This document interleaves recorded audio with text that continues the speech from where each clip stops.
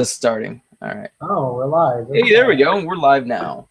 What's going on, everybody? Those two, it says 2 waiting, so that means we have 2 official listeners at this point. But all right, Enough for me. People that are on my channel know who I am. Why don't you guys introduce yourselves? Not that you need introductions. Go ahead, Ben. You're smaller than I am. Oh, my name is Nowak. Right in the gut. Here in Michigan, I fish a lot of big smallmouth on the Great Lakes. Go ahead, Alex. Hold on. Oh Lord. Yeah, you may be. I may be bigger than you are, but I still don't know how to use Google. There we go. Hi, my name's Alex, and I like long walks on the beach and horseback riding. And apparently Lamp. And apparently, oh, I love Lamp. Love Lamp. Brick, are you just saying things that are in the room? Yes, I am. Where did you get that grenade? I have no idea. Brick killed the guy. Yeah, I killed a guy with a trident. But anyway. So yeah. we're gonna chat smallmouth today. Hopefully everybody's okay with that. You gentlemen obviously fish bass very frequently, and so you guys are a plethora of knowledge, if you will. So you guys. So Alex, where do you live again? Tennessee, East Tennessee. So how's the bite been down in Tennessee lately? It is in that weird funk right now where they're not really transitioned up to spawn, but they're not deep either. They're in that kind of mid-range, you know, and it's not pre-spawn. They're past that pre-spawn stage. It's like that weird in-between. But we've been catching a few fish. A lot of the smaller, like the little buck bass, have moved up shallow, and then the big ones are just kind of cruising. You know what I mean? I had a buddy though go today up to the lake about 15 minutes from my house though, and he was like, dude, they're coming up hard. But the thing is there was males making beds and there were some females cruising, but none were locked on. So it's still kind of that weird, you know, time. But it's also weird here too, because you can go to that lake, they go 20 minutes up the road to another lake and it be full blown spawn, and you know what I mean? They be eating everything that moves. So it's just really dependent on where you're at and what you're doing, water temperature, the whole 9 yards. So what's your average temp right now in the water? Anywhere between 60 to 65 right now. Okay. Yeah. Ben, what about in Michigan? Water temp right now is 42 to 48 degrees. It'll probably be hotter than that this weekend when I go out because we got some warm weather. But last Sunday I saw that 48. Yeah, I know that we're still a little low. I haven't been out to Erie much, but I know that all of our tribs that run from Erie are still in the, let's see, as of last week, we're still in the low 40s. So I'm doubting that it's going to be much better than that. But you said you're getting warm weather. Hopefully that'll come towards us a little bit. So yeah, hopefully. So you went out this past weekend, right? Yeah, I was out on Saturday and Sunday. I was out, but not chasing smallmouth. I was out chasing largemouth because it's just been too windy, and with all the rain, everything is absolutely muddied up, really, really, really bad. So. And so you did connect though, right? You caught some fish. Yeah, we caught some. We caught a lot of fish. We probably caught 20 fish, and they were all pretty good. They were all like three pounders. So. And then was it on just a different baits? All on spinnerbaits and chatterbaits. So just really slow rolling those spinnerbaits and chatterbaits right along the bottom. Those fish aren't super active right now, so you got to fish pretty slow. Dude, and let me tell you something. You really need to bring a scale because I think you big out a few of those fish. I probably did. Did. I've never seen a 4-pounder, so I was just calling like a 2-pounder. You know, and the thing is, I was watching some other guys' videos from Michigan, and they're like slaying big ones, and so I don't know what your deal is, dude. You need to fix that. So let me put this in context for anyone that's watching. I have these 3 guys that for the past probably anytime I go fishing for the past 5 months, they will come in and comment on a video and just tell me something they hate about it. And the problem with negativity on a video is that it's almost contagious. So like as soon as you get a couple people that are really negative, it's just downhill, man. It's just not good. I know what video you're talking about. I liked that video. That was a fun video, and so like I liked it, and then so I commented on it. But like I just saw it was like you said, it was a domino effect. One person said something, and it didn't even make sense, and then everybody just kind of followed suit like lemmings over a cliff. That's the problem, but it's okay. I just love to take it and run with it. So I mean, you know, I'm the world's worst instigator when it comes to stuff like that because I'll always comment back just to make. Ben, you realize that Alex is the second, third, and fourth guy in that. Yeah, team. Alex's other accounts, he just comes into mine and starts just gabbing me, and then he used to try over there dying when I text him like, dude, these same kids. Yeah, these same three guys every time. And when you're well, I can't speak for Alex because he's a much larger and important channel. But on a small channel like mine, where you know there are only maybe 5 or 6 comments on some of the videos, if 3 of them are negative comments, there goes the entire comment section. So yeah. We're not all quite as influential as Mr. Rudd over there. No. If only I was half as influential as I play myself up to be. We have fun with it. We have fun with it. But so That's right. So you said you're slow rolling spinners then? Yeah, like literally just creeping it along the bottom. We didn't pick the bottom of the bait off the bottom. We bounce it off the cover, and that's when they eat it. But it was a cool bite. Were you picking points or something? Where were you locating? What it is there's a spawning flat where those fish go up and they go to spawn probably in the next 3 weeks here. But we found where the wind was blowing at, and we found some small ditches coming into that spawning flat. And we were targeting the edge of that ditch, so the edge of that depression where it dropped off from 3 to like 8.5 foot of water, and that's where a lot of those fish were sitting on the stumps and on the logs, just right on that little depression. So you just really creep that bait along the bottom. As soon as it hit a stump, you kind of pull it. You wouldn't keep reeling it. You pull it, and if it came off, if you felt it come off, you wouldn't set the hook. But obviously, if it felt like it was sticking there, you'd set the hook, and a lot of times it was a fish. Cool. It was a cool pattern for sure. So like what you said it was murky and muddy. Were you throwing dark baits? You throwing chartreuse? What were you throwing? The spinnerbait was all chartreuse. It was bright chartreuse, and the chatterbait was like a green pumpkin, and the whole bottom of it was chartreuse. And that's what caught our bigger fish, was that chartreuse color baits. So, what about you, Alex? What have you been doing lately on the water? Last time we went, it was a shaky head. They were munching on the shaky head, and you had to throw it. So I had a couple crazy things happen to me. The first thing was we found this, like, it's not even brush. It was looked like where someone had, like, cut a tree and just threw all of it down into the water. And it wasn't even, it was just like a solid line of just stuff, right? Well, like, you had to take the shaky head and pretty much throw it as close as you could get to it to get the fish to bite it. Well, then I got the bright idea. I thought, well, I'm going to, like, try to punch it. So I get out a 3/4 ounce tungsten weight and flip it in there, and it gets hung over a log, and like this 2-pounder comes out and just like smashes it, right? And I try to jack his jaw missing.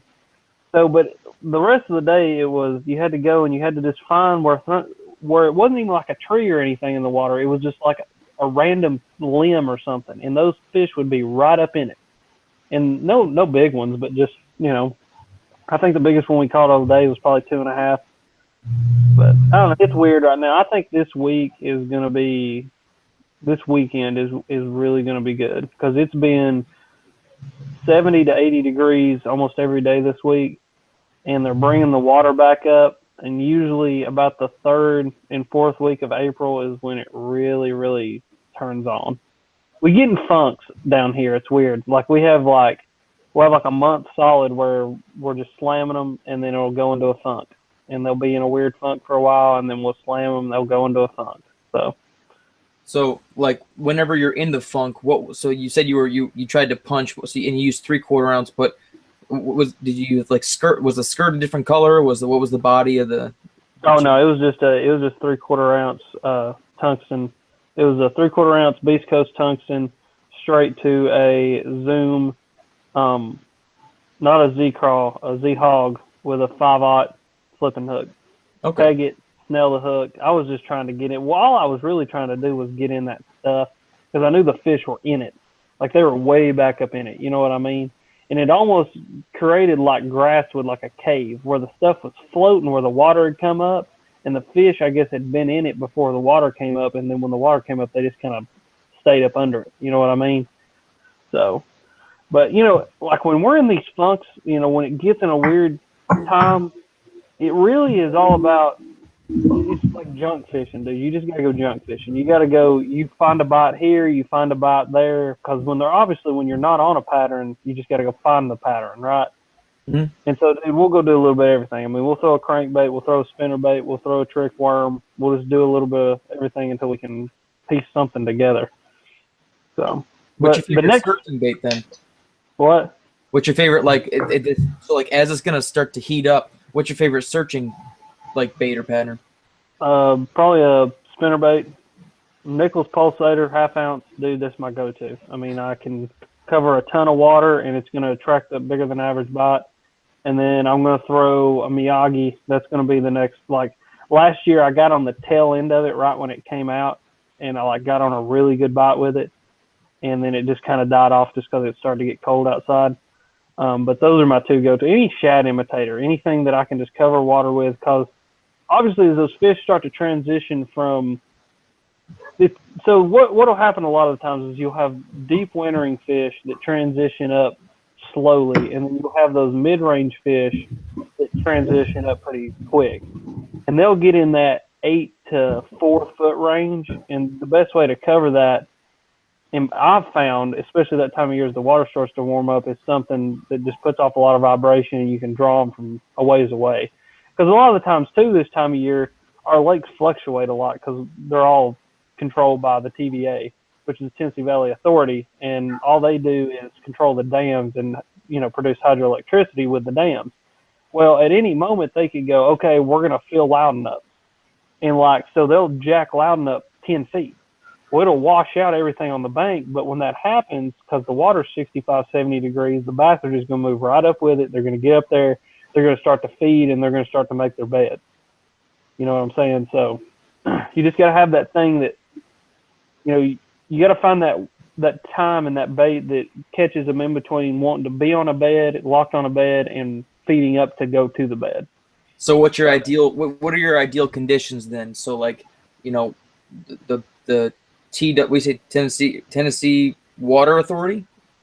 TVA, Tennessee Valley Authority. Okay, so like TVA, best, you know, the bait for that, best timing. What's your ideal conditions then coming up? Well, this weekend, this is like, you know, 75 is the high. You got water temperatures in the high 60s, almost 70s. Water's coming up. It's got that good color to it. That it's not like super dark stain, but it's not, you know, clear either. It's that good in between. You know, and you want, obviously, prefrontal. Fish are going to eat prefrontal conditions, but a lot of the times this time of year, when you have a couple consecutive good clear days, it'll make the fish want to pull up and start spawning. So, you know, like this weekend is going to be a good time. It's going to be high skies. It's going to be, you know, not optimal barometric pressure, but it doesn't really matter because the bass are wanting to spawn. And then plus you want a full moon. That's going to be the one thing that'll set them off. I mean, if you get a good full moon with a couple good hot days, it'll just set those fish right into spawning mode.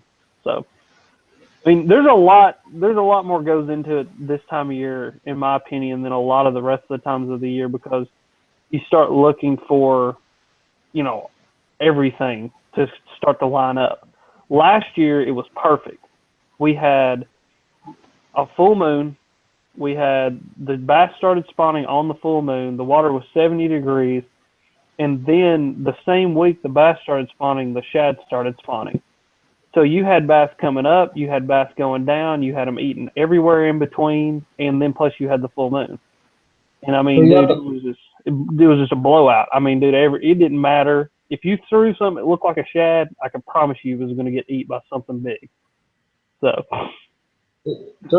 Up here, I mean, well, we have full moon this week, So those Yeah. fish are gonna go, right? Oh yeah, they're good. They should be going right now, and that's why I was surprised that my buddy said that they weren't locking down any.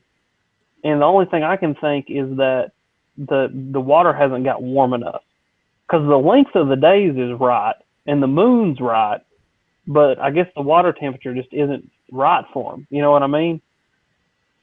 So I don't know. I mean, it's weird. It's been a weird year. I mean, we never got cold this winter down here. You know what I mean? I mean, like, I think the coldest it got was 0, and it was 0 for one day. And I mean, that just never puts those fish in a good solid. Yeah, I know. But it never puts those fish in like a good solid winter mode where they have a chance to get hungry. You know, you get what I'm saying? Like, they don't have to sit on the bottom because the shad never really die off good. They can always be eating. Or like the crawfish never die off good. You have to have that die off for those fish to get good and hungry so that when it's pre-spawn, they'll eat good. And it just never happened. There's a question for Alex by Bearded Bass Project. I know you started using Miyagi's a lot lately. How much tail kick does it have? Dude, you can like super slow roll it and the tail will still kick. It has a lot. I mean, it's really amazing in my opinion. Derek, dude, is just he's a genius when it comes to making baits and plastic formulas and all that kind of stuff, but it's got a lot of tail kick. It'll get their attention. If you put it on a belly weighted swim bait, it'll really roll good and get that head shimmy going. There's gonna be something big, mean, and green get a hold of it here in a few weeks, and I can't wait.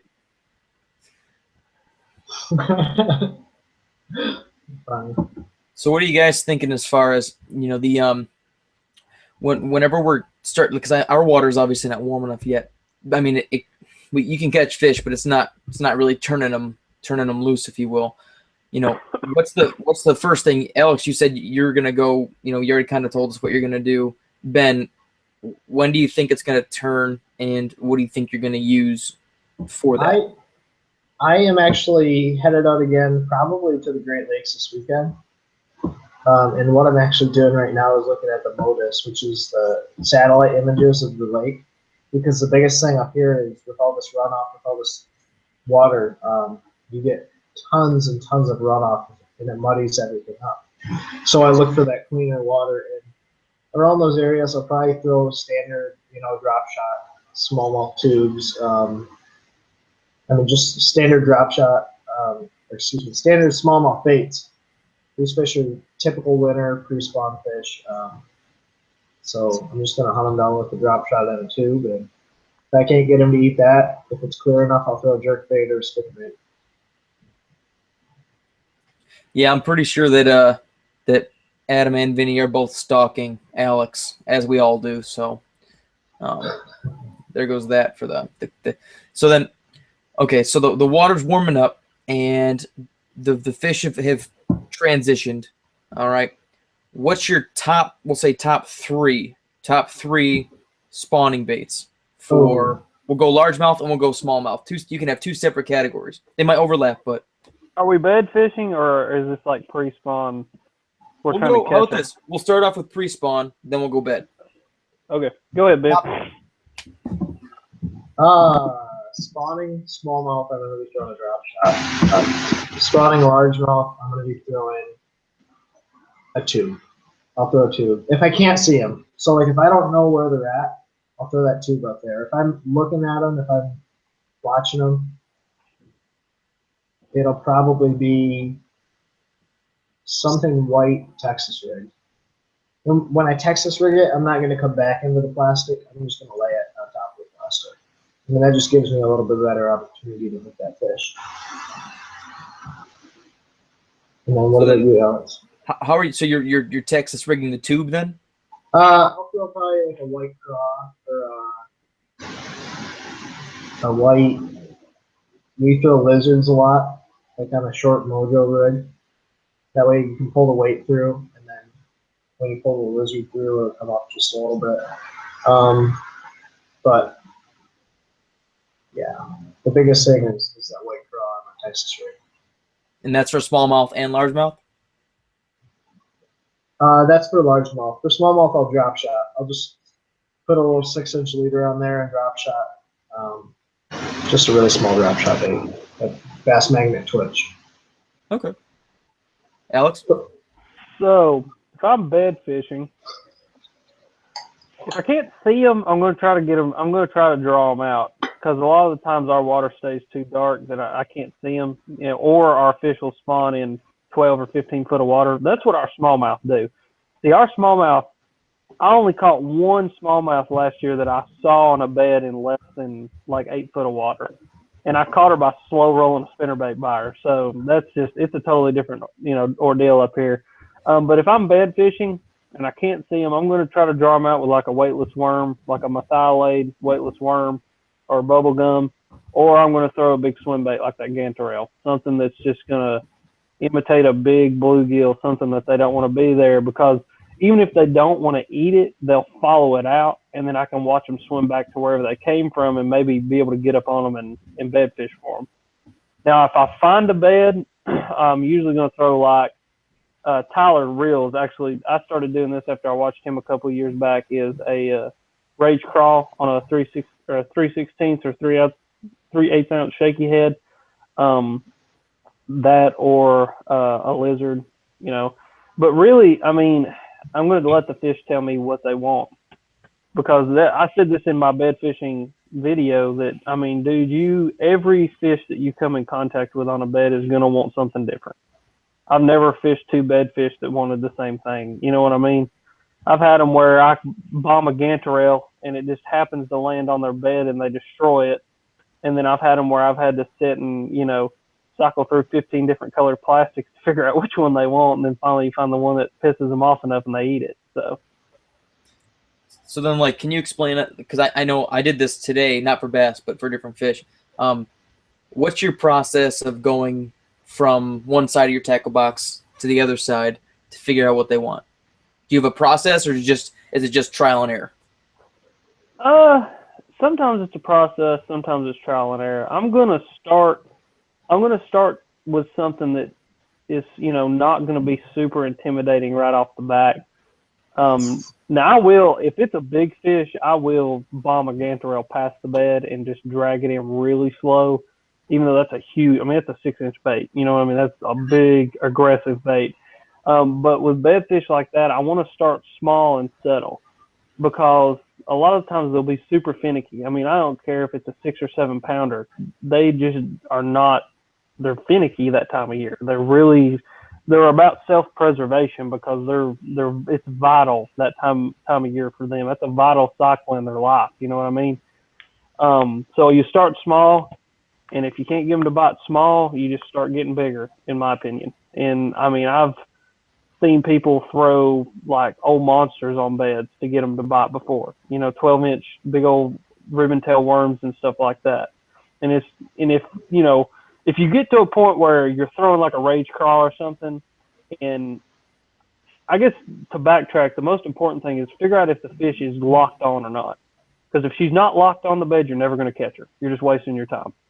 And you're going to know she's locked on is if you pitch something in there and she immediately goes over to it and just goes nose down on it. You know what I mean? And then it's all about just finding that sweet spot. And there's a sweet spot in every bed that when you hit it, they're gonna eat it, because that's just like the spot that they don't want it on. But if you throw it in there and they're doing that thing where they're swimming around and they're being weird and finicky, and every time you drop something in there, they kind of dart off and then come back, just don't even waste your time on that fish, because they're never gonna eat. So smallmouth are notorious for being like super easy to catch on beds, right? But I was fishing a tournament last spring, and I don't typically fish for spawning fish, with the exception of on Huron, and unless I'm fishing a tournament. And we found this like giant smallmouth on a bed. It had to be 5 or 6 pounds, right? And we were fishing for it, and we wasted about 2 hours, only to come to find out that 2 other people fished it, and none of us were able to get that fish to go. And I don't think that fish was ever really locked on. Like, you'd flip to her and she'd go off and then come back to the bed, but she was just acting really, really, really funny. So like Alex said, I mean, it's just a lot of getting to know the fish and the personality of that fish, and if it's locked on or not. That's going to make it a lot easier because these fish do have personalities. They will all be, like you mentioned too. They'll all be different. So. Usually on my lake, because I live on Chautauqua, you know, when I'm fishing bedded bass, they're within 6 inches to a foot of water, and they're all really shallow, really close. We have a ton of vegetation though because the algae blooms and stuff in the lake are pretty bad. But you can walk right up to them, and if they're locked on, you can walk right over the bed. You can poke sticks in the bed. They're not moving, and they're fishable. Like they'll hit. But our bass that aren't locked on, there are still fish that that might stay on the bed. You'll flip to them, or you'll pitch to them, and they won't move, but they're not eating. I mean, you could even throw live craw in front of them, and they're not eating. And so I'm maybe they're not swimming away or anything like that, but they're still not locked on, or they're just, like you said, finicky. But you would think that live bait would set them off more than a plastic would. But I get confused every year. There's like one or two fish usually. I'll catch 5 or 6 nice ones a day, up shallow, different points that we go to.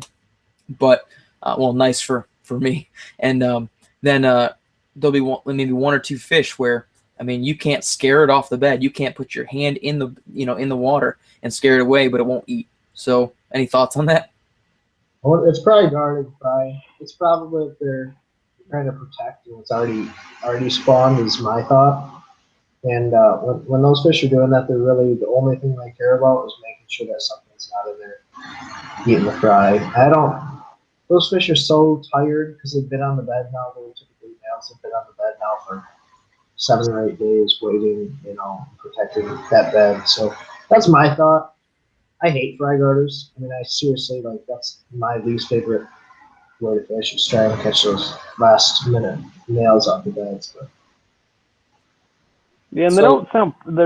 I'm guessing they're not very pressured, are they?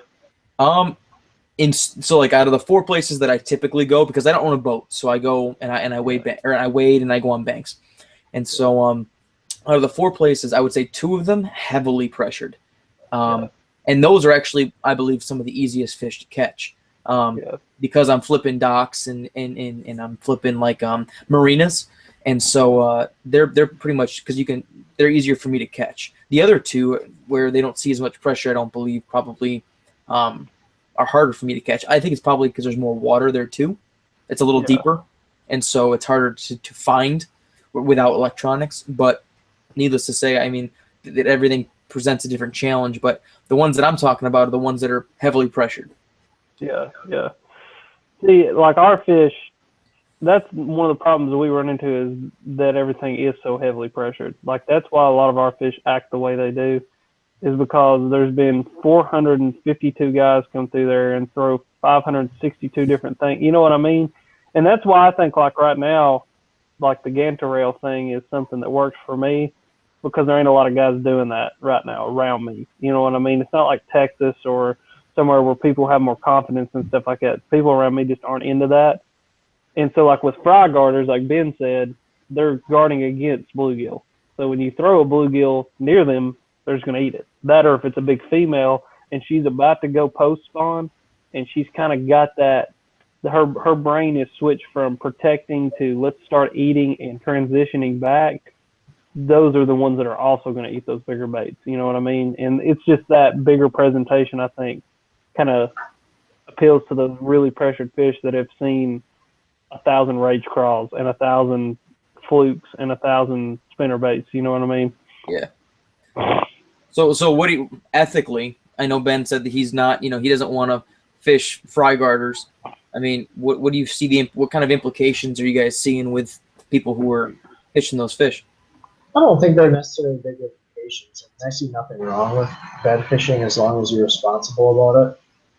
But, I mean, they just did a study, I think I saw on the Toledo Bend live show, where the bass that Jason Christie caught was tagged last year, April 9th, I believe, and Jason Christie caught it at almost the exact same location on a bed again this year. What day was it? Was like the day, a year and a day later in almost the exact same location. So I don't know that there are that big of implications, especially for giant, like big fish. I think they really have their locations dialed in and they know where they're going. And like I said, as long as you're responsible, I don't see that it's just a detrimental thing to the population. I mean, as long as you're using, you know, proper fish handling technique and you're not keeping them out of the water too long, they should be good to go. Yeah, that's my thought. They're a really hardy species. I mean, like bass in general, they're a fairly new species and fairly new family of fish, so they're kind of adapted pretty well to different stuff that goes on. So I would assume that if any fish is going to be able to handle that, it's going to be a bass. Yeah, I mean, and you got to realize, I mean, with a largemouth, they've done studies like Ben was talking about where they have those largemouths that get caught, taken from a place, weighed in, put back, and then it swims back to where it came from, 10, 12 miles, and it follows a contour line and it knows exactly where it's going. I mean, the bass have instincts that tell them what to do. You know what I mean? They're not just gonna, you know, unless you, like Ben said, mishandle them or just hard on them for no reason. I think the hardest thing on bedding fish is when you have a lake like Chickamauga or Toledo Bend, where you have a 200 boat tournament going out of every ramp on the lake every Saturday, and every one of those guys goes and catches a bedding fish, and you know that's hard on a fish. But like to say to be hard on a bass, it's hard to be hard on a bass because you're talking about a fish who literally smacks its face into rocks when it's trying to eat a crawdad.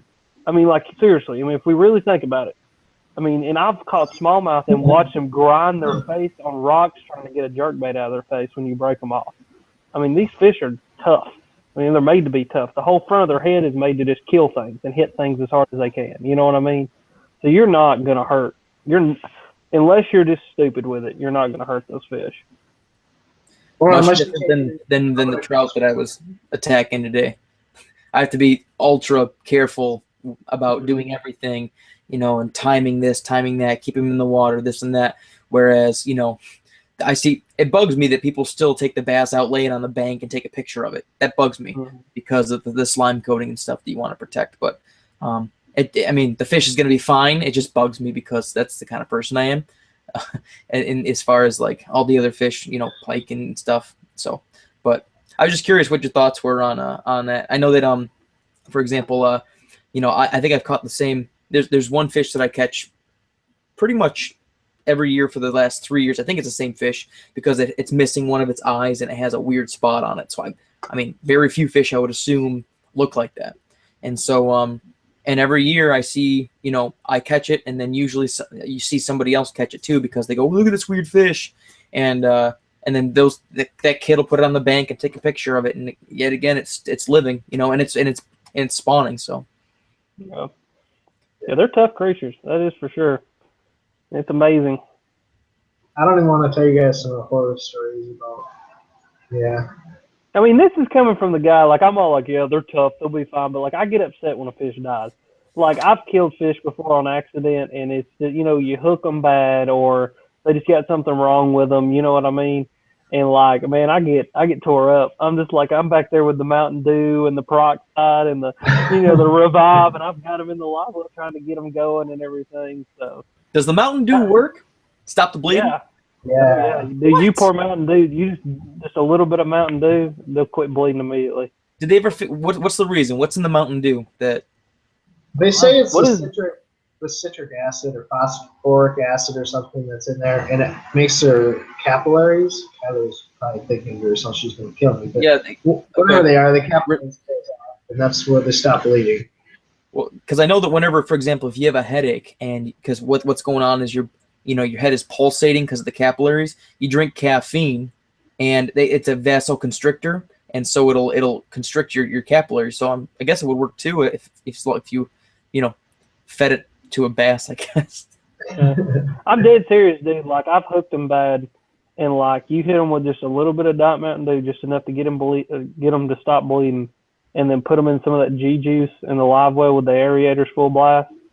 They're good. I mean, you can bring a fish back. I've only poorly hooked fish a couple times. Like there are a couple flies that I use that are deer hair spun to look like mice, and when the mouse is small enough and they hit them top water, it's really deep. And also that the because like frogs have the hooks that face up, the mouse faces down, and so it gets down in there. And I haven't seen any fish because it's on a local pond that has happened twice. I haven't seen any fish on the shore or in the water. But I know I had a couple bleeders last year that I wasn't too happy about. I mean, I wasn't sick about it, but it did make me feel kind of crappy. But one thing you can do too, I mean, a lot of times if I'm fishing a big worm, a 10-inch worm, you have to wait for the second pull. Because if you set the hook, when I say second pull, the second time they kind of gulp that worm in, well, a lot of times they'll get that bait so deep, they'll hook them like way too deep and they'll start bleeding.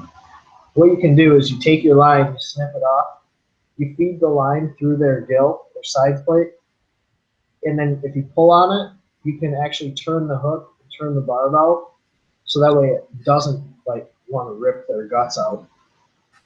That's another way. So like, you put the line through the gill, and so here's your hook. Well, whatever. There's a bunch of illustrations. You put the line through the gill. You feed it through the other side, around the hook bend. No, so like your hook's in here like this. You feed the line out this way. It flips your hook this way. Oh. And it makes it want to like pop that hook out. Okay. It gives you the leverage to pop the hook out. Hold on, listen. Do you ever use like tools, like for example, like they make like pike hooking tools where like it'll get really deep in there and you can push it back? You ever use those? No, I've never. But what sucks is when you hook them with usually if you hook them bad like that, like if you're just fishing like an EWG, you can just clip it and pull it out, barb opposite to the barb. But I always seem to hook them like that with like a shaky head.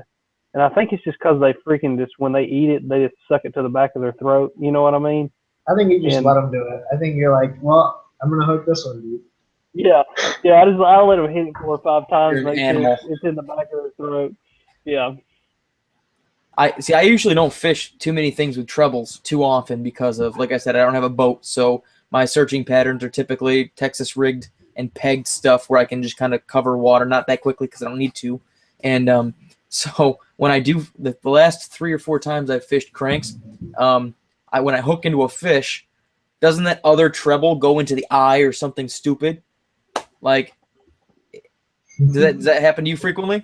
Or or it hooks it might double hook it, but not in the good place, or it might hook it, the one's really good in the lip, the other one's like in the top of the eyes or in the nose or something. Yeah, I've had hooked funny with a crankbait. I've hooked them funny.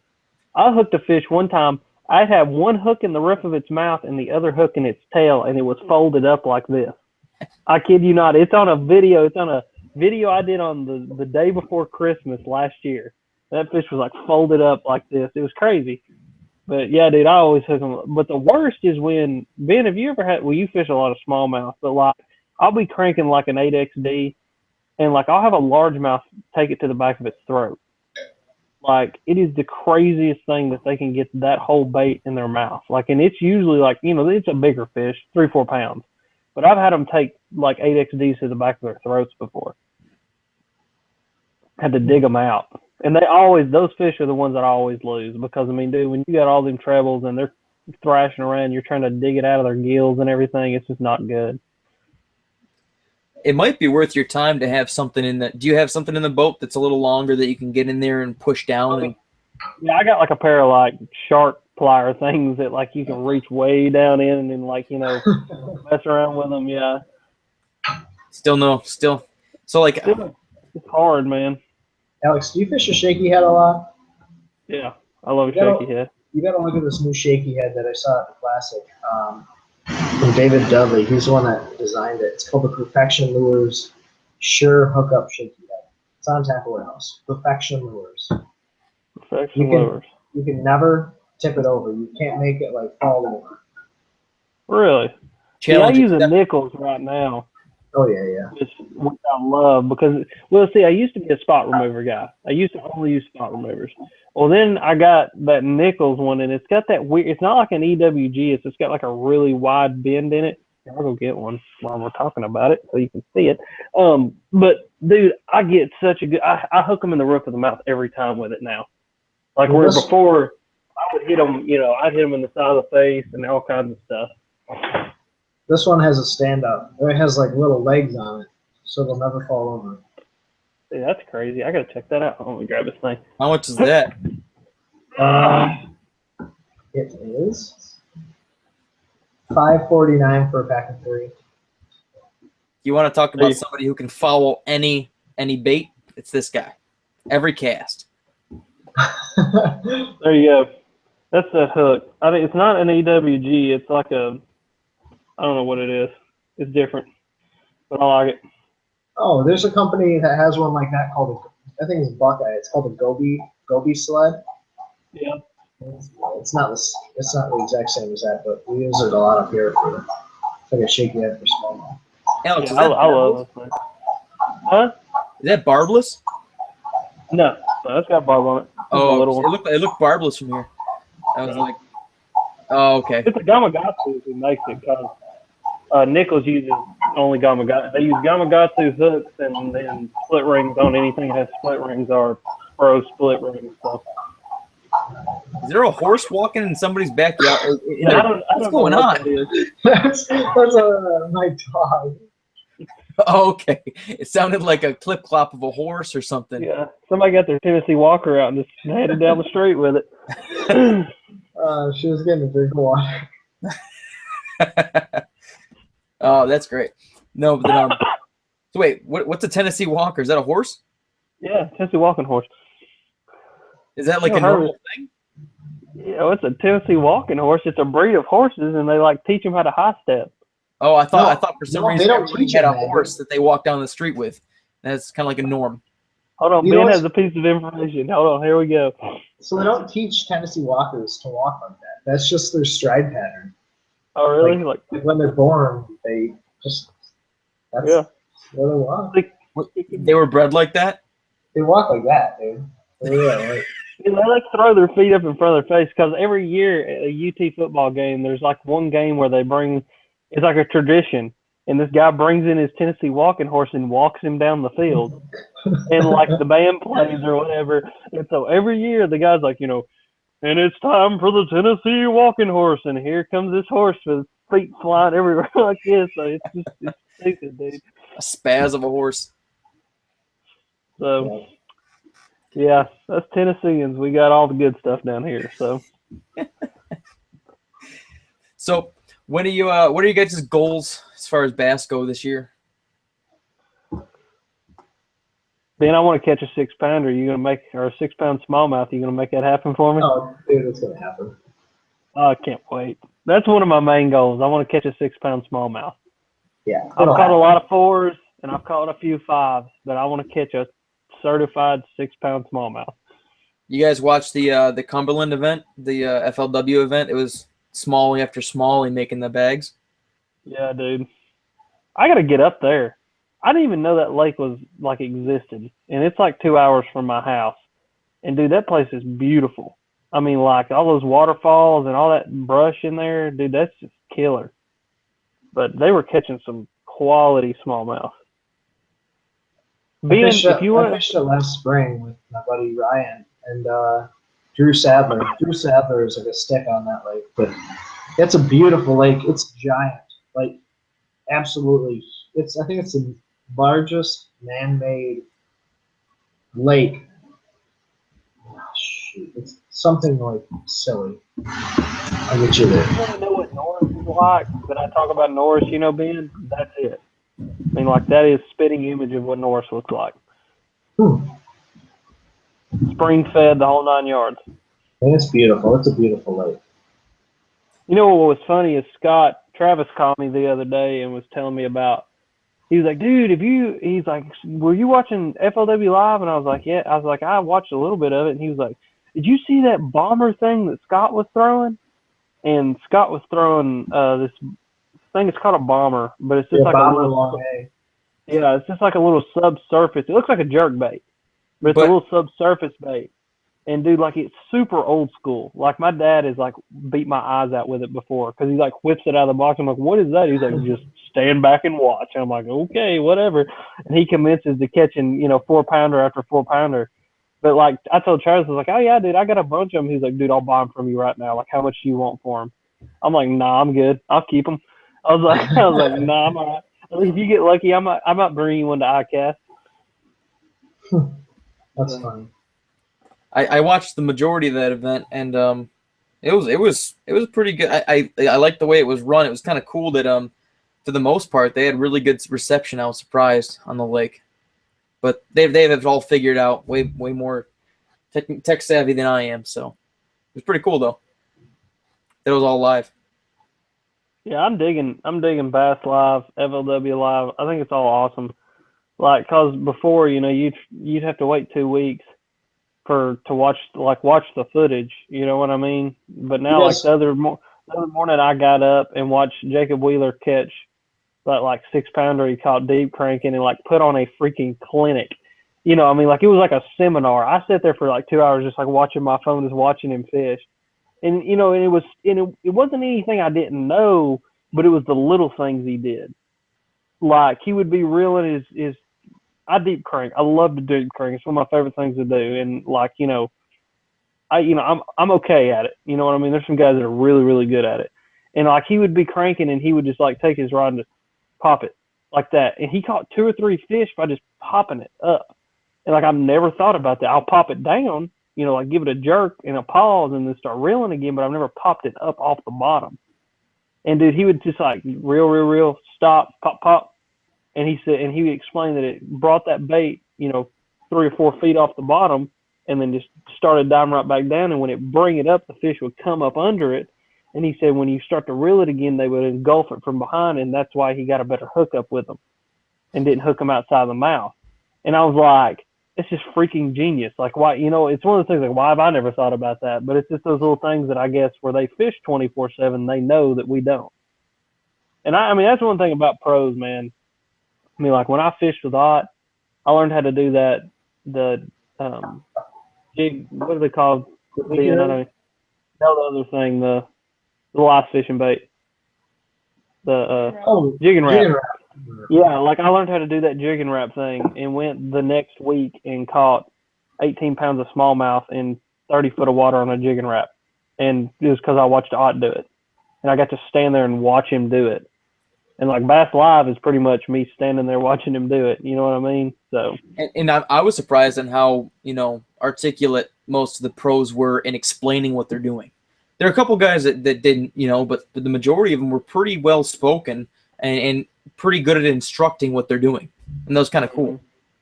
Mm-hmm. That's why I like to still Ben's Bass University login and watch all those. Because most of those guys are pretty good teachers. I mean, they're good at what they do and they know how to explain it. You know what I mean? Yeah. So, any of you guys planning on hitting up any moving water for smallmouth? I do in the fall. I'll fish the river in the fall.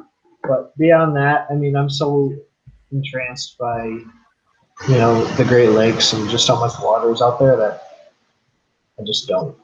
See, it's funny because the Great Lakes are almost intimidating a little bit to me, like because I don't own a boat, so that's not even an option. But so for me, moving waters real and smaller ponds and stuff, smaller lakes are really the only opportunity for me to get a hold of bass, and so that much water would intimidate me to the point where I don't know what I would do, but then again I'd like to get a boat sometime and learn where to find fish and stuff like that. But for now, I'm targeting moving water because I know moving water and stuff like that. So I was just curious if you guys had any plans on hitting up any creeks or streams or rivers or anything like that for smallmouth. I struggle. I got a buddy who's. What? Go ahead, buddy.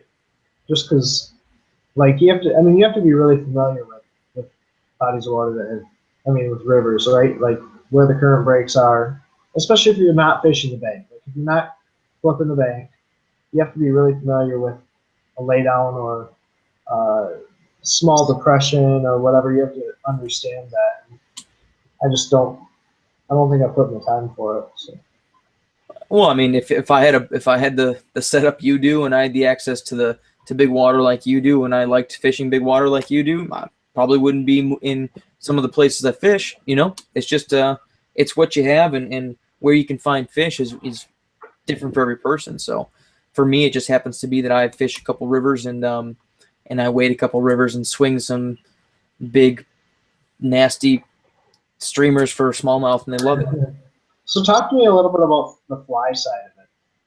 Like, what do you throw for smallmouth? So this year, I'm trying out a few new patterns, but essentially what it is, and actually you're at my tying desk right now, so this is easy.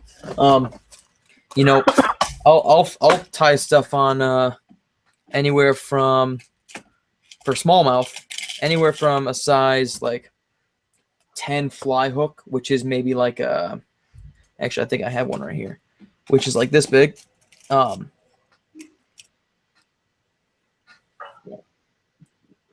Oh, dang. To a 2-aught, 3-aught hook, depending on what it is that you know. I even tie some things on EWGs just because it presents like you can make them like jig and flip them upside down so they don't get hung up on the bottom. Yeah. And this right here is my latest invention. I'm calling this a bush Wookie. It's turkey marabou, and this one, the hook, you know, is essentially, I don't know. This is really tough to see. I'm sorry, but it's I think this is on a size. Let's see. My hooks are fly hooks, and they're different than bass hooks. But it's like I don't even know what a. Let's see. It's a 1/2-inch gap, essentially. I don't know what that is. Now, with with flies, you tie it with the hook point down. Usually, it depends on your application. If you're tying like a top water popper or a mouse or something, typically it's down because you want the hook point to hit the bottom of the jaw. But if you don't have, you can tie it any way you want. In fact, I don't have one right here, but I even tie articulated flies.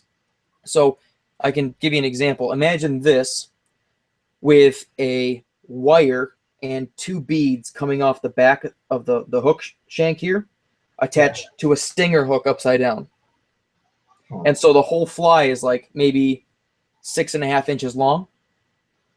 And so like hold on. And so when it wets itself down, it's a different profile. And so it's a really long and slinky, and it almost like a swim bait. And what we'll do is typically for these ones, for like the bait fish imitations, I have a ton of chartreuse and flashy stuff. Like I'll even tie stuff on. So this is called Flashaboo. It's like a tinsel material, but I even have straight up Christmas tinsel. You know, I'll add to them. And for like pike flies and bass flies, I've tied 8.5-inch to 10-inch pike flies on. Dude, I'm gonna get you to tie me some hair jig. Did you do that? Yeah, that's easy. That's essentially all these are hair jigs, kind of, but they're tied using this lighter kind of marabou stuff underneath this turkey feather here is spun around the hook. And so whenever it's in the water, if say the fly is coming at you, it'll kind of do this as you strip in. So one of the biggest differences is that, you know, for you to get to fish, because I'm fishing moving water, I'll either use, for you know, mice or for frog imitations, I'll use a floating line, so my entire line floats on top, and that allows me to retrieve. Because to retrieve, you don't use the reel. You actually pinch the line between your finger and you strip in line in however long you want. So for hook sets, you can lift the rod, but you can also pull at the same time, and it'll pull in, 6 foot of line or anywhere from 6 inches to 6 foot, depending on what you want. So you can use a lot of slack and stuff if you want. And so for stuff like this, though, I'll use an intermediate or a sinking line. And so what I'll do is I'll cast it like 3/4 of the way down or across the moving water, and then I'll let it swing across the water, and it'll do this in the water all the way across. Because all this is, once this gets wet, it's just, all it does is it swims really well. And so what'll happen is the really high pressured stuff that's in the middle of our city, like I live in a small city, and I live in Jamestown. It's like 30,000 people. There's a river that goes straight through it, and people fish it, religiously, constantly. But I'm able to hook up really frequently because I'm the only idiot out there flinging around feathers. And so, and you know, usually in my box I'll have a couple mice, a couple frogs, and then I'll have, you know, 10 or 15 of these in different colors. And what's cool is that in New York you can use 3 hooks, so it's not that difficult with a 7 weight, which is a pretty stout rod. I can cast 2 of these, tying one right off the back end of this hook, and have 2 different streamers going at the same time, or 3. And so like I have a whole bunch of stuff just kind of laying around here, but yeah, it's a really fun thing to do, and for example, once you cast it out there, you really have no work except for to follow your rod tip where your fly goes.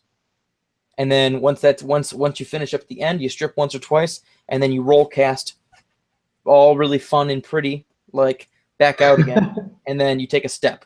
And people, because fly fishing is not as big, people stop and ask tons of questions. So every single time I fish, it's like a mini seminar. And the place I usually start is actually right outside of a Friendly's window. And so you see all the little kids getting their breakfast in the summers like this, looking outside, because I'm winging around this bright colored line in the middle right outside of a Friendly's. But no, it's addicting. I love it. That was the most interesting, like, I've never heard anybody explain something like that. No. Like, dude, that was awesome. And what's cool is that, like, you know, for bass, that the uglier the better. I mean, I'm tying big poppers made out of this.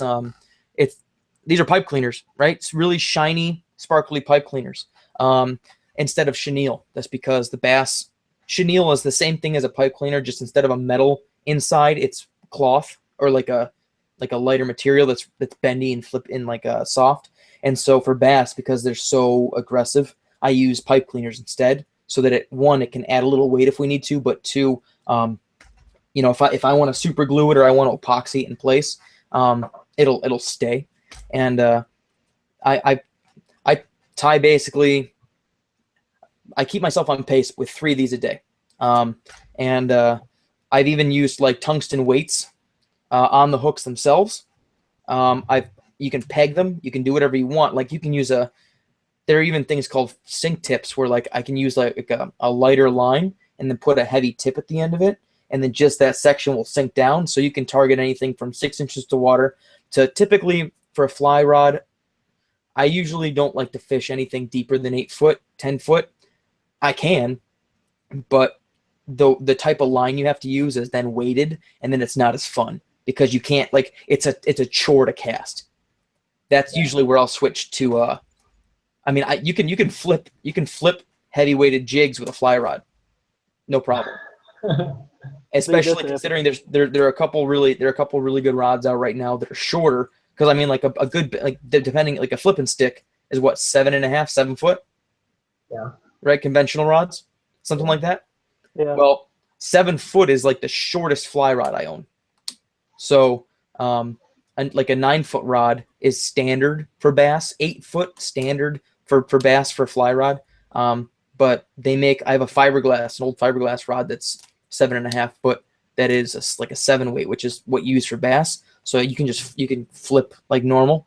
You just have to have the line out in your hand ahead of time to release, but it's a lot of fun. And the first time you get like let's see, this past year I introduced 4 different people to panfish on a fly rod using little topwater hoppers and stuff. And I think they fished more with a fly that year than they did with a conventional tackle. I couldn't do some of the stuff that I like to do, you know, with a fly rod during the summer, during the dead of the heat of the summer. Obviously, you have to go a little deeper. I'll switch to spin gear, but as you can tell, I'm really I get really excited when I talk about fly fishing. So I will Dude, the step only off thing my. I can think the whole time you're talking is like, okay, I would love to have a jig tied.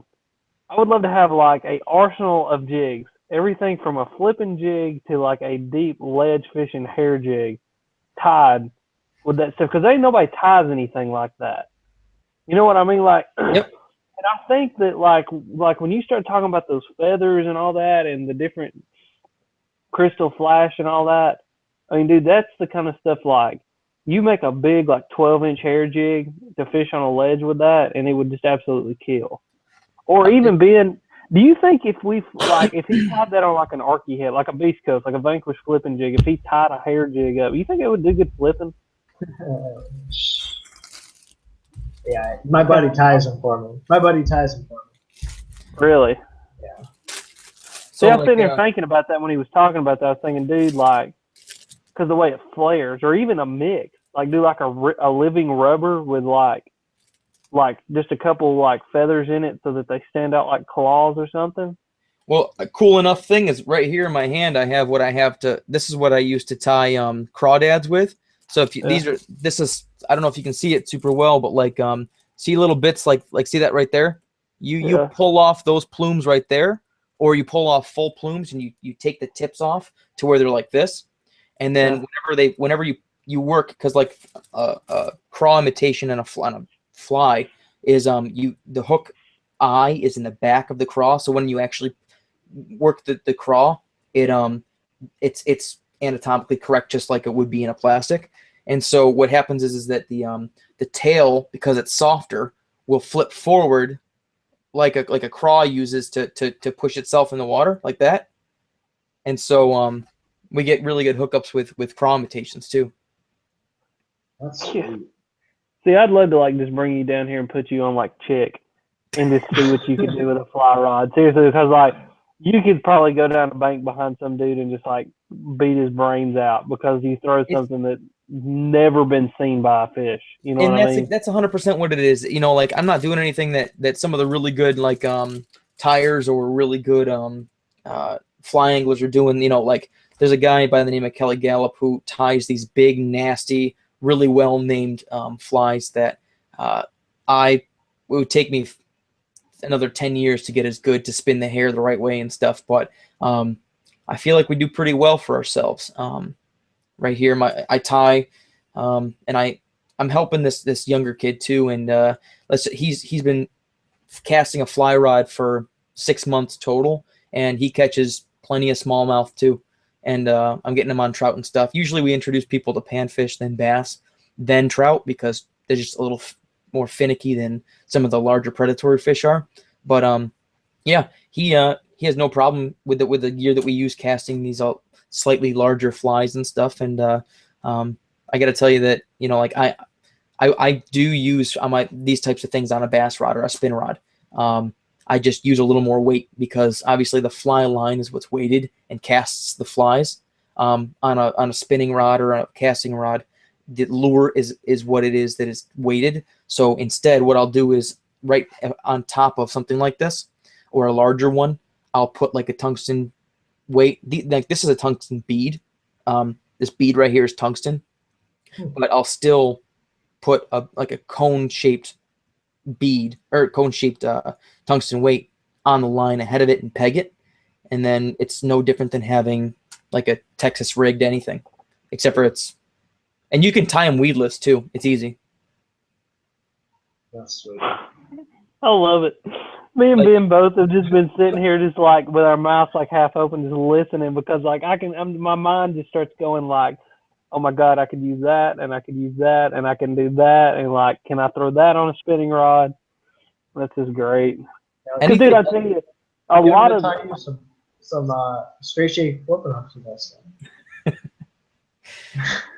You can go to your local what do you call it? You can go to Bass Pro, or you can go to, more likely you'd have to go to Field and Stream if you have one, or you can go online and or what you can do, what I do is a good chunk of this stuff right here, not the brown, but like the undercoating stuff, and this part of this one right here, You can go to Walmart and buy one of those frilly boas. You know what I'm talking about? Like go to the craft section and they'll have a boa. It's not the best marabou, but what it does do is it's instead of it being one full plume, it's almost like a half plume to where you can actually wrap it around the hook well. And I think I have some laying around. It's actually underneath my computer stand right now. So when I say marabou, is it like a certain kind of hair? Yeah. So what marabou is it's the soft plumage of a bird. Typically, like on a turkey, it's closer towards like the legs and the hind end. So that's why it's all like it's there's no, I don't know if you can see, but there's really no like veins, hard veins in there. And so it's really it lends itself well to a lot of really slow or rapid action depending on whatever you want to impart on it. Whereas, for example, if you look in this, I don't know if you can see the veins and stuff in this. That's not the same type of feather that this is, although they're from the same bird. Typically in fly fishing, depending on your application, we usually see most of the time turkey feathers are used. Well, they're sold more often. There is chicken, as far as for marabou. And then you have peacock herl that we use for certain applications. Not really for bass too much, but we have different peacock herl and stuff. All available at like your available at like your local Field and Stream, if you will, or online. New goal for this next coming year, because we're already in turkey season and we're too far into it down here. New goal for next year: call turkey in using nothing but my mouth, because I can do a really good turkey call without a turkey call. Shoot it with a bow, pluck it, send you the feathers, let you wrap me a jig, eat the turkey while I'm waiting for the jigs to get back, go out, catch a bass on Twig's hand-tied turkey jig that I killed with my bare hands using my mouth to call him in. That's my next plan for next year. And I'm going to video the whole experience. It's self-sustaining, if you will. But like, this is what I was telling you. I went to Walmart and bought like one of these boas, that these fashion boas, if you will. Yeah, you gotta wear it all the rest of the life. Yep. And so like, I'll pull one off here. It's not the best quality feather, and it's artificial, I think. I'm not sure, but it's like a half feather, if you can see, but it wraps really well around the hook. And so a good chunk of the flies that I'll give to people to use are made on these, and they catch fish just fine. And this entire boa was like $2.50, and you can get 25 flies out of them. 30 flies if you want to make them really, like 25, 30 really big, obnoxious flies. Wow. That's awesome. And what's cool is that these don't get cut up and shredded like plastic do. So this was like, fly fishing was not cool to me until about 10 minutes ago, and now it is so cool. Like, like the one time that I thought fly fishing was stupid cool is when I was watching that Costa series, where they went like fly fishing all over the world for the bass, and the dudes was tying like flies with like 6/0 flipping hooks because they couldn't get the fly in their mouth. But just that little explanation, dude, that was epic. Like, I just want to do it now. I just want to make because I love that, like, make your own. Like, I love to make stuff and like use stuff in the boat to make stuff. So that is just like, that's right in my wheelhouse. That's awesome. And I mean, it's really cheap to get into. Like this vise right here, it's a Regal, but it's a used Regal. I think I paid $30 for it when it serves its purpose. And then everything together, I mean, not that I would say everyone should go and start tying, but for bass, you definitely should tie it stupid easy. I mean, literally, the bush wookie is it's two clumps. I was gonna call it that, or like ginger beard, but I think bush wookie I like better. It has a better flow to it. But it has two different clumps of marabou, like I was telling you, and then it has one of those Walmart boa feathers, which is a marabou-like feather, wrapped before the second one's put on, and then it's tied on any size hook you want. So it's really easy. All right, so apparently I need to do the turkey call. I've had 4 requests now, so yep, let's hear it. Here we go. You probably won't be as good over the internet as it is in person, but he's already making excuses.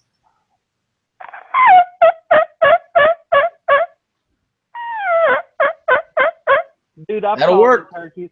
I've been That'll standing work in for a sure. boat and caught in I've caught in gobblers from 100 yards away doing that. It's great. Then you need to send me. Let's say you don't even have to send me. I'm gonna try my best to get to iCast. So maybe by then I'll bring down 4 or 5. Just how would you want them? Like, what would be like if we were to, if we were to try and come up with this brainchild of if I were to take something that you could, like, for example, if I were to take a hook here, like an EWG, what would you need done to it for you to be able to, So take here's it? what I'm thinking. If we can get this worked out, I'm just going to call Derek, and I'm going to get some Vanquish flipping jigs. And I'll just send you the Vanquish, just the heads, because I think, can Derek get us just heads, Ben? I don't know. I know he doesn't sell them, but I'm sure he can just get them for us. Yeah. And I'll send you just the Vanquish flipping jig head, and then we'll figure out some kind of weird, just like in between, like hair jig to flip. Okay. That way, it's easy to tie to. You know what I mean?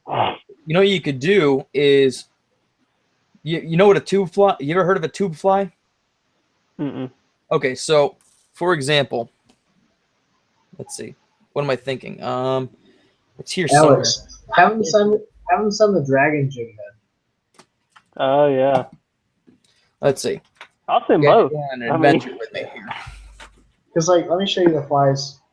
The hair jigs we throw. Okay. So not to plug Lucky Tackle too much, but this is called a Waddington shank. And what this is you can do a couple things with it. One of the things I like to do with it is this thing right here is you tie whatever you want to this, and then this little end in the back here you attach. I like to attach a like a quick detach, and then you can put any treble you want on there. Like, so if you want to make like a bunch of chartreuse, a couple purple, a couple black tails with red in them or something, you can quick swap out whatever it is you want here. But a tube fly similar to this, where you tie it on a hard plastic tube, and then all you do is you have a stinger hook. So say you want to make any color jig you want. The stinger hook is a quick detach. You take it off, you put the tube on, and you switch it out. And you can use it the same way as a jig, and you can peg it. I get what you're saying. But yeah, if you want like jig heads, I'm trying to think. I could tie it reversed. This is going to sound crazy, but I could tie it to where instead of having the stuff come up, like, because if you're talking like a shaky head, right, where it would sit down like this, right? Yeah. I could tie it to where I could tie it like this, and then you could take a rubber band, push back and up like this on it, and rubber band it like that, so that it kind of sits wide too, because you want a nice wide profile. And when it gets wet, it'll kind of clump together like hair does, in different weird directions. We can play around with it. Oh yeah, we're gonna play around with it. We're gonna come up with something that like nobody else has ever seen, and it's gonna be my little secret. But that's just like I mean those marabou jigs. That's a big thing right now. Yeah, there you go. Those marabou jigs are a big thing right now. That's deer tail, but yeah. Oh, I love deer tail. Bucktail is, we call it in our world, it's called bucktail. But no, it has slightly different properties. This is a little softer than bucktail. Bucktail is typically used for other types of streamers that are we have tons of minnow imitations that we use, and we use artificial bucktail the same way, kind of like this flashaboo that I showed you earlier. And you can throw flashaboo in with bucktail or in with the marabou, and it kind of gives a shimmering effect to it, without it being obnoxiously shimmering like the tinsel would be. But I use tinsel to make shad imitations, and it works really well, especially with like a blue or a red underbody or a yellow underbody. It kills. That's but awesome. I mean, like for like rooster tails and stuff, like bladed jigs, a lot of those are already hair jigs, right? Or marabou, I think, right? I mean, from what I've seen. Depends. Like some of my bigger like my big ledge fishing hair jigs are just like fake deer tail. Mm-hmm. It's called, I mean, they're bucktail jigs, or what they're called. But yeah, they're mostly bucktail. But I used to have a couple tied custom that had feathers in them that did really well for me. They had these big blue. I don't even know what they were, but the guy custom tied them, and he did like bucktail, and then he had like that plumage kind of stuff in there to really make it bulky. And then you put the two big blue in the center, and dude, when you put it in the water, it looked just like a shad. Like it was awesome, you know what I mean? And the dude quit making them. So what do you want? They're slightly intensive to make. I mean, like the bush Wookie doesn't take that long because I wanted it to be quick so that I could just fish a ton of them and I can lose them without worrying about it. But you can also take like weighted barbell eyes and put them on the bottom, and they'll sit like this too. But and we have a couple of those that I have for pike flies too. Now, what happens if you use beard hair? Like Alex sent you. Alex sent you beard. No, beard hair. Beard hair? Actually, this one right here, the main body of this is made from a retriever, so any hair works. What? It just depends. Every like a person's hair, like beard hair, is more water resistant, so it'd be better used for a dry fly. Huh. So because you know, like if you put like the special loon material on it, it'll float. Well, you know, what was it a couple years back? It was some Elite Series event. Remember the dudes were getting their hooks. They were getting their hooks tied with heron feathers, because they said the fish. It was down in Texas somewhere, and they were fishing topwater, and the baby herons would fall into the lake, and they were taking these. They were taking those California. It was on Havasu, and they were flipping it. Taking those super spooks and painting them blue and crazy colors to match the baby cranes that would fall out of the trees. And then they had guys were custom wrapping their treble hooks for them with crane feathers, dude. And they were smashing giants doing that. It looked like a baby crane. We have down here musky flies, or up here rather, musky flies. Really, I mean, like. That when they tie them with deer hair, but it's dyed because bucktail is different than deer hair when you spin it. It creates big bodies, but they're made to look like chicks because our ducks get smashed by muskie very frequently, and so these big splayed like orange. They use felt almost. It's like a felty rubbery kind of stuff to imitate the legs. And then you make a big body, and then the head of it is articulated. And the muskie love it when they're shallow, obviously. That's great. I love it. That's just epic. That's so epic. Yeah, but the problem is stuff like this. If you go to buy streamers made specifically for bass, you're gonna like if you go to Bass Pro or Cabela's, you're gonna see them kind of expensive because of the materials and stuff. But simple ties like this, you know, don't require much talent. I mean, I don't think I'm a great tire, but we get the job done. And it's you know, one pack of marabou and one, what are those called? Like the Walmart boas and a couple Walmart hooks can get you flies that will catch bass. That's great. And so if you guys ever want, maybe even if you guys are both going to iCast and I can find a way to fund my iCast adventure, I'll bring some down for some Florida bass. Yeah, I might have us a boat, so we might have to get you on it with a fly rod and see what you can do. I don't know what would happen if an 8-pounder ate it and like ran into the lily pads, but we'd figure it out. Well, that's the only thing. Like, can you? Is there any stopping them? Like when I smack one with, like when I'm flipping or something, like, you know, I'll hit him and like I've got all that torque in my rod and my reel, and I can turn his head most of the time. I can turn his head and get him coming towards me. Like with a fly rod, is it just like playing them out? So it depends. Typically for bass, in order to cast big flies or big poppers or whatever, we use anywhere from a 7 to a 9 weight. And what that means in terms of it's a calculation used to determine the weight of the line compared to the rod. But essentially, a 7 weight is probably the thickness of. I'm trying to think. Probably the thickness of your pinky, and depending on for example, if it's a 9 weight or if it's a 9 foot, depending on what reel you have, like for example, my 9 weight or my 7 weight reel has upwards of 14 pounds drag.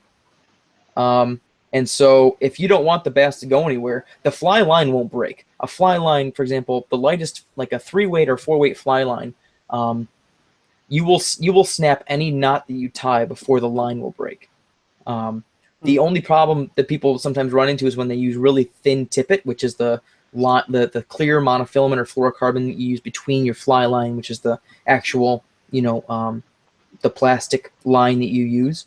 And the fly is when you're using trout line, which is typically really thin, sometimes your knots will give or whatever for that. But when you're fishing bass, I'm using 8 to 12 pound fluorocarbon if I'm swinging these, and if it's top water, I'm using 10, 12 pound monofilament.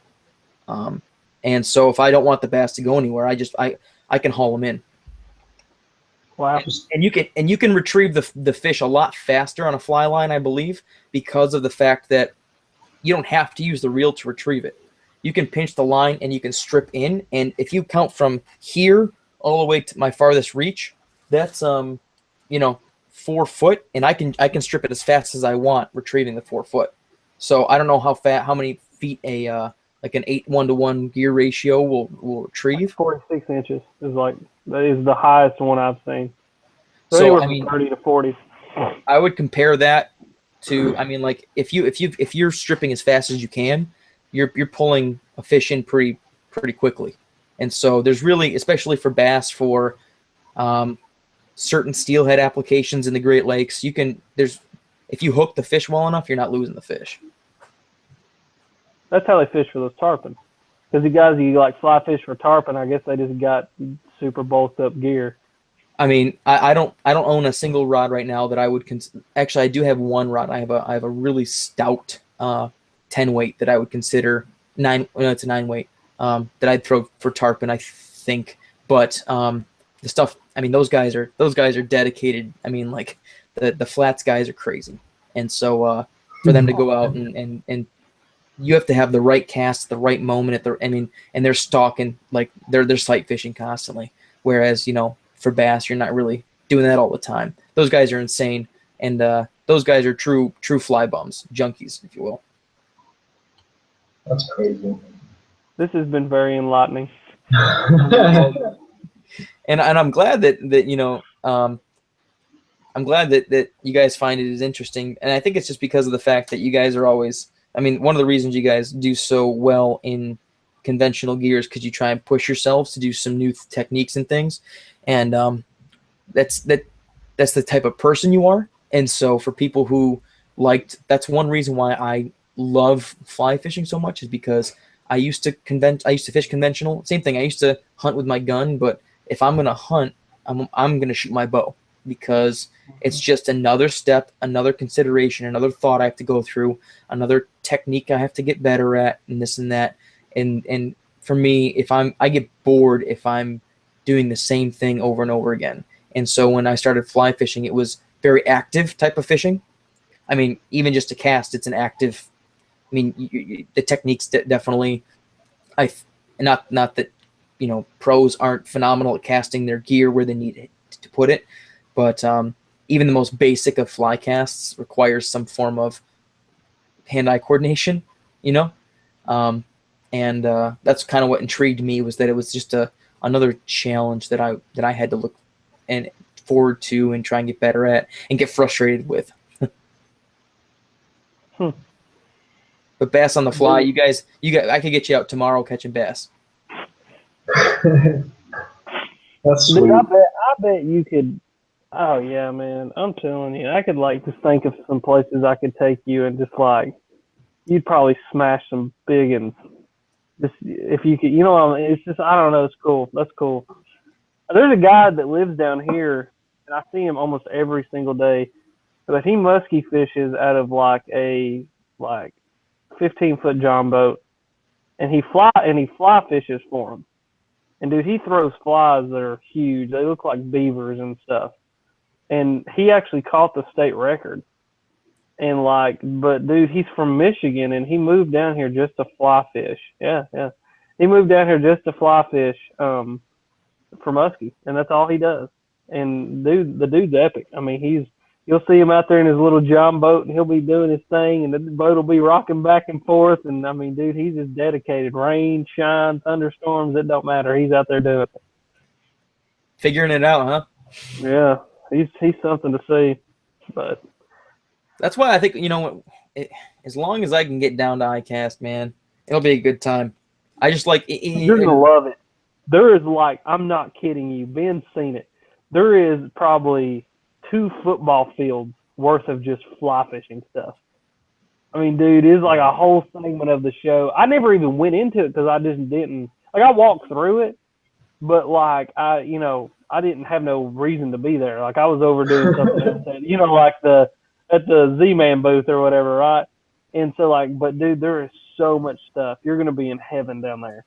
Usually at all those events, there's a competition or a distance casting spot.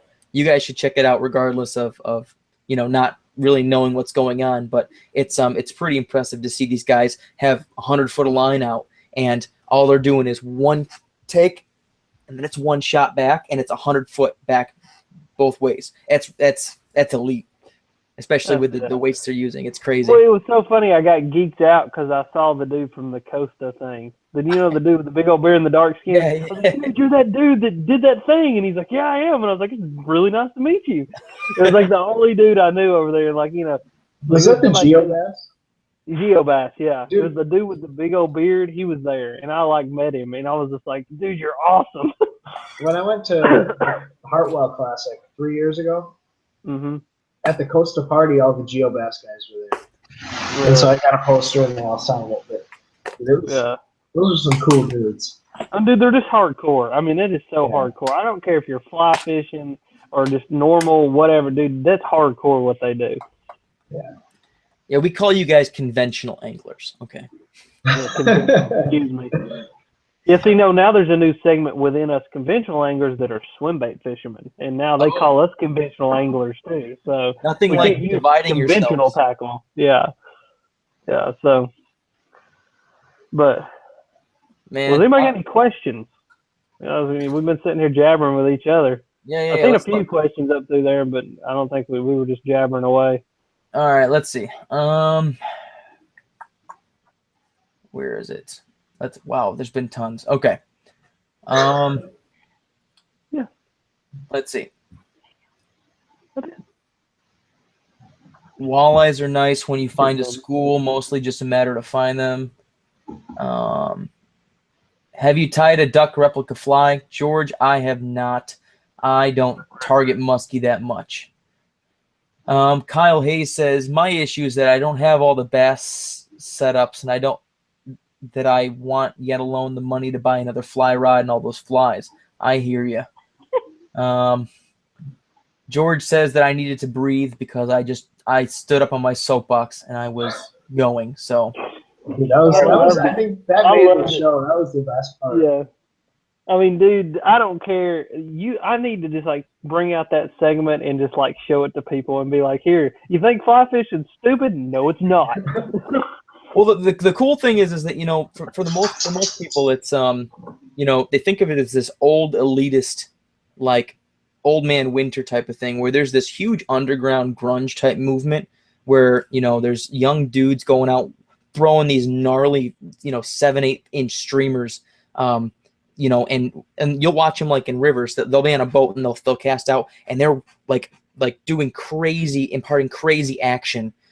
Because they're only chasing those big 30-inch fish, bull trout or browns, and so they're specifically targeting these really big trout by throwing these massive streamers that are articulated and crazy. And so it's a completely different, like you said, dividing amongst the your ranks. Those guys are, and that's dude, I get what you're saying, because there's, even in my mind, there's guys that bass fish. And then there's guys that bass fish. You get what I'm saying? The dude, when I'm out there sweating my butt off, hunking a 10XD and cranking it, and my back's hurting, and I'm out there, but I'm looking for 5 of the biggest fish I can catch. Like it's like I get what you're saying. Like it's just it's cool. I mean, that's cool to me. And to some people it may be stupid, but it's cool to me. You know what I mean? Well, they're wrong. So yeah.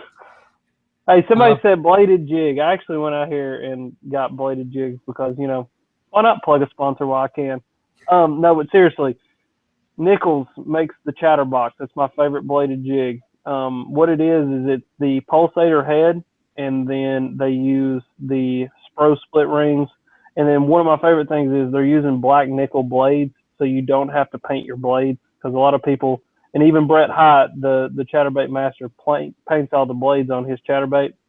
But I love them. They got Gamakatsu hooks. I fish a half ounce. I fish a half ounce spinnerbait and chatterbait almost exclusively, unless I'm fishing deep.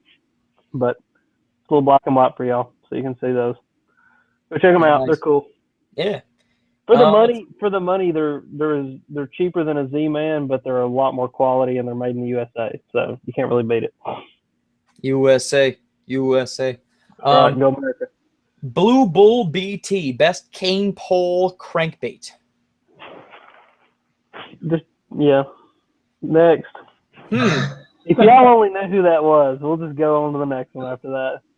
Well, we'll leave you in the dark, but we'll go on to the next. I guess we'll go to the next one. Because what's funny is that that might seem like a joke to you, but what we in fly fishing we call any bamboo rod a cane rod, because it's made from bamboo. And so I'm trying to think to myself, because I have bamboo sitting all over me right here. I'm like, how would you throw a crankbait on a bamboo rod? But okay, now it makes sense. All right. Yeah. Who is it? It's Bethany's dad. But anyway, yeah. So today I'm watching Zona, right? And him and Denny Barr. He's gonna be live. He's gonna be live 8 a.m. till noon tomorrow in Kalamazoo, Michigan. Ooh, I'm gonna have to watch that with KVD. Yeah, that'll be awesome. But I'm watching him and Denny Barr in Texas, right? And he whips out this cranking rod, and I'm really thinking about, because I need my cranking reel starting to go into the trash. And he's fishing a Calcutta with I guess 12 pound, but I feel like that's too much reel for, you know what I mean? Like my Revo holds a lot of line, but it doesn't hold anywhere near as much as like a Calcutta does. Denny Brower was? What? Brower or Zona? Zona. Do you think that maybe he just didn't want to have to keep if anything were to happen, he can just cut off and he has that extra in the spool for him? Yeah, because I cut off a lot and retie when I'm deep cranking, because you're using 12-pound test, but you're just digging it on the bottom. You know what I mean? But what if he was slower gear ratio? Isn't it like a 4.9? Yeah, well, it's 5.1, but my Revo's 5.1 too. My winch is. But I don't know. It seemed like a lot more line than you would need. I mean, because that's like equivalent to like a 6500 Abu Garcia. Like that's that much line. I mean, dude, you could literally probably put 600 yards of 12-pound test on there and not even fill it up. Could you imagine the memory you would have on the bottom? I mean, dude, it would be, yeah. By the time you got to it. Yeah. I was just wondering, because my reel, I don't know, dude. I've had it forever, and it's just starting to get to the end of its days. You know what I mean? It screams when I cast it, and the gears are stripped out. But it's been a damn good reel. That thing has caught me a lot of fish. But you could do what I do and go to garage sales and find stuff and refurb them. Half of my stuff is like old 60s fiberglass and 30s and 40s bamboo. That's awesome. Yeah. I've got some old rods out there. Ben knows, dude, I'm old school when it comes to some stuff. I got some old castaways that were made before I was born. And like my dad still fishes those old Abu Garcia, the 5500. He's got to be like, it's the best reel ever made, and that's all I'm ever going to fish. And he's like, you know, and they're like 5-1 gear ratio and have no magnets on the side or nothing in them. But dude, they're good reels and they keep on. I mean, they catch fish. So It's not about what you have; it's how you fish it. And we'll say that till we're blue in the face, I guess. That's true. To an extent, I mean, like certain stuff does give you an advantage, you know. oh yeah, I mean, you can't fish for frogs in a mat with a 7-foot medium rod. I'm sorry, it just doesn't. You know, you can't do it. You could. You're just gonna blow your crap on pieces. But In New York, you probably could because our fish aren't that big and our mats aren't that gnarly. yeah, well, yeah. You know, the thing is though, Gerald Swindell, I watched his thing about jig fishing on Bass University, and he was talking about Andy Morgan. Dude, Andy Morgan, he lives around here. He actually lives down on Chick, but dude is just like, I mean, he's more redneck than I am, but he puts one rod on the deck of the boat. It's a 7.5-foot medium heavy. And if he's fishing a buzzbait and doesn't like it, he cuts it off and ties on a jig. If he doesn't like that, he cuts it off and ties on whatever. The only other rod that he has that is technique specific is a spinning rod and a crankbait rod. And Gerald Swindell was talking, and it makes sense. I believe that you can do 99.9% of all your fishing that you'll ever do with a 7.5-foot medium heavy rod. And then, and in my opinion, you need a glass crankbait rod to be a successful crankbait fisherman. And if you have those two rods, you can do about anything. This is gonna sound blasphemous, but for my conventional gear, I have 2 spinning rods. One was just given to me, so I bought 1 spinning rod, and I have 2 cast rods, like bait casting rods, and one of them is I think it's an 8-foot medium heavy, with I think it's an 8-1 on it, and then I have a 6.5-foot medium that has a 6-1 on it. I don't do a lot of crank, like I don't fish a lot of crankbaits, but I tend to do okay. Obviously, I don't fish the same stuff you guys do because you have a boat, but I have not been left feeling like I was missing out much with what I have, you know, when I'm fishing the lake or whatever. So no complaints yet, but there have been times where I know that things could have been easier if I had different gear, but not necessarily that I couldn't do it, I guess. Yeah. I mean, dude, I just, you know, you don't have to have everything in the world. I'm just blessed enough to have a lot of stuff, you know what I mean? And blessed enough that I can piece things together. And that's the thing, is like, I'm not going out and buying the most expensive stuff. I get on eBay and I bargain shop, you know what I mean? And but like the thing is like, when people ask me like, can I fish a frog or can I fish a crankbait with a 7.5-foot or a 7-foot medium heavy rod? I'm like, yeah, you can. But when it blows to pieces, because it's not made for that, it's like, I just don't, I'm saying it because I don't want them to break their gear. I'm not saying it because I'm like, you need 42 rods, because you don't. It's just, you need, you know, when you're punching grass mats, like Gerald Swindell was talking in the same seminar, he's like, you know, I'm not saying go try to fish the Tules in California with a 7.5-foot medium rod, because it's not going to work. You know what I mean? Because when you're hitting those fish, you got to be able to have that rod. And if you do it with a 7.5-foot medium heavy, you're just going to break it. And that's the last thing I want someone to do, is just to break their gear all to crap. You know what I mean?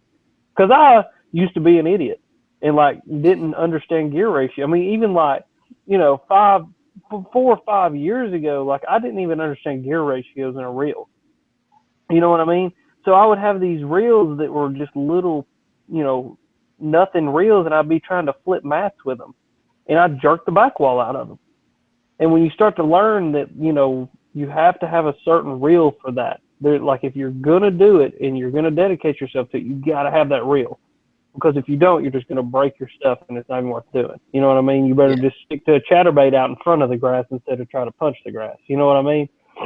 Now both, catch a 10-pounder doing both. That's the thing, though. So, man, I love talking fishing. I do too. I could do it all night. I'm sure that our ladies don't appreciate it too much. Oh, I just tell Bethany to hush. She's sitting here. See? No, stop. Yeah, she's all good. What?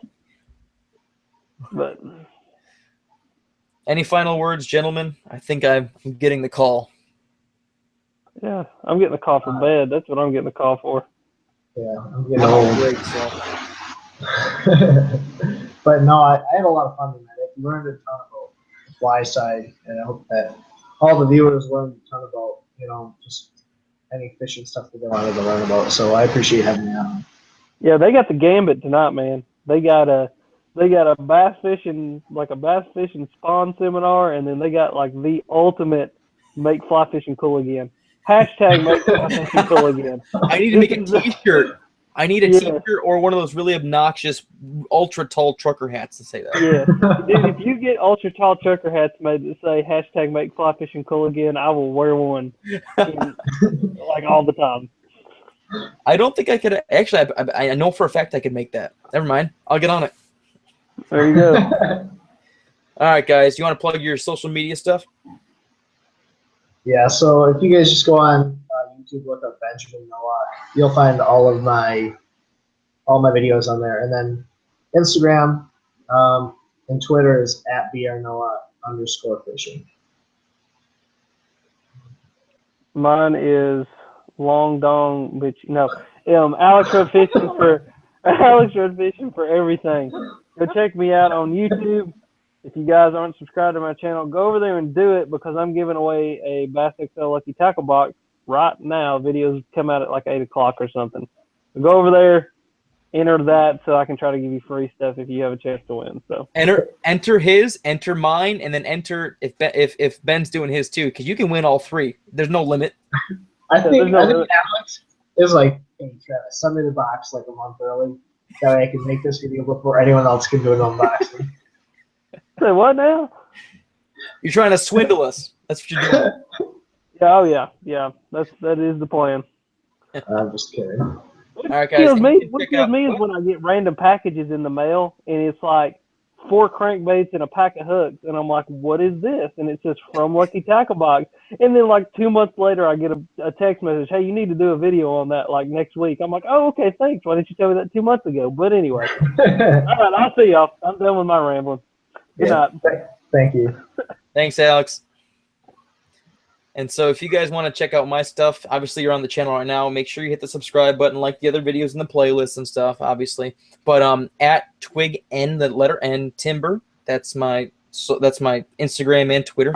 Trying to stay as active as possible. Ben, as always, it has been a pleasure, Ben.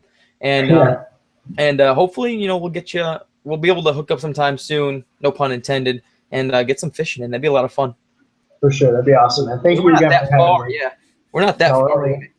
Only a few hours, so. Yeah, maybe we can even meet in the middle and explore someplace. Yeah, that'd be sweet. All right, man. Cool, I'll catch you. Thank you. Hey, good night. Good night.